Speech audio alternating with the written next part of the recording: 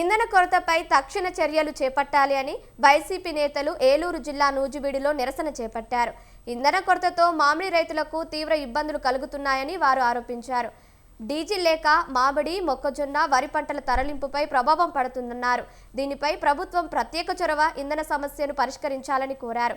ప్రభుత్వం ముందుచూపు చర్యలు చేపట్టకపోవడంతోనే ఈ పరిస్థితి ఏర్పడిందన్నారు. ఇలాగే ఇంధన కొరత కొనసాగితే మామిడి రైతులు ఆత్మహత్యలు చేసుకునే ప్రమాదం ఉందని వారు వాపోయారు.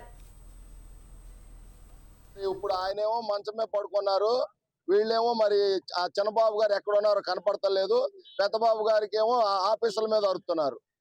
ఏది ఆయిల్ మరి ఇవాళ ఏమైంది? శ్రీలంక అయిందా లేదా? ఇప్పుడు కనపడుతుందిగా, జనం అందరూ అల్లాడి బంకుల చుట్టూతో తిరుగుతున్నారు. రైతులు పొలాల్లో కోతకొచ్చి వరి ధాన్యం అల్లాడిపోతున్నారు. పైన మబ్బులు బట్టి నానా గజిబిజి గందరగోళంగా ఉంది. వచ్చిన పెట్రోల్ వస్తుంది కానీ డీజిల్, పెట్రోలు మనిషి 200 కొడుతున్నారు. మొన్న అయితే అసలు ఏం లేదు, ఇవాళ 200 పెట్రోల్ కొడుతున్నారు. డీజిల్ అనేది మిషన్ లో ఇవాళ ధాన్యం కోతలు ఉన్నాయి, మామిడికాయ కోత ఉంది. ఎంత దారుణమైన పరిస్థితిలో ఉందంటే, మామిడి అంతకు ముందు 6,000 4,000 అమ్మిన నిరుడు మళ్ళీ ఇవాళ 4,000. కలెక్టర్ కాయ 4,000 పరిస్థితి. రైతుకి పై స్ప్రేయింగ్ మందులు కోత కూలి వస్తుంది, కింద వేసిన ముందు కూడా రాదు. వ్యాపారస్తుల సంగతి దేవుడు ఎరుగు. అలాంటి పరిస్థితిలో ఉంది.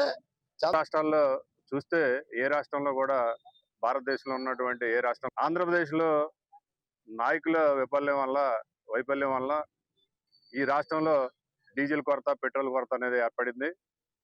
ఎందుకంటున్నామంటే, చాలా సీనియారిటీ ఉన్నటువంటి కూటమి నాయకులు ఈ రోజున ముందుగా మీరు మేల్కొనేది లేకపోవడం వల్ల ఈ ఆంధ్రప్రదేశ్లో ట్రాన్స్పోర్ట్ వ్యవస్థ కానీ, అలాగే రైతాంగం కానీ ఈ రోజున డీజిల్ కొరత వల్ల చాలా ఇబ్బందులు పడుతున్నారు.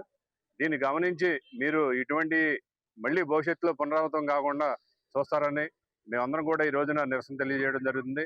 అలాగే భవిష్యత్తులో కూడా ఎప్పుడు కూడా డీజిల్, పెట్రోల్ కొరత అనేది కనుక వస్తే నిత్యావసర వస్తువుల దగ్గర నుంచి మామూలుగా మానవుడి ఏ నిత్య మనుగడైనా సరే ప్రతిదీ కూడా ఆగిపోతుంది. కాబట్టి ఈ లోటు రాకుండా చూడాలని కోరుచున్నాం.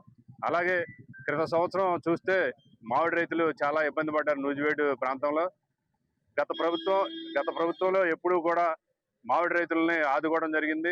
రేటు లేకపోయినా సరే మామూలుగా గవర్నమెంట్ దానికి రేటు ఇప్పించడం జరిగింది. కానీ పోయిన సంవత్సరం చూసాము, మన నూజివీడు ఏరియాలో రైతులు చాలా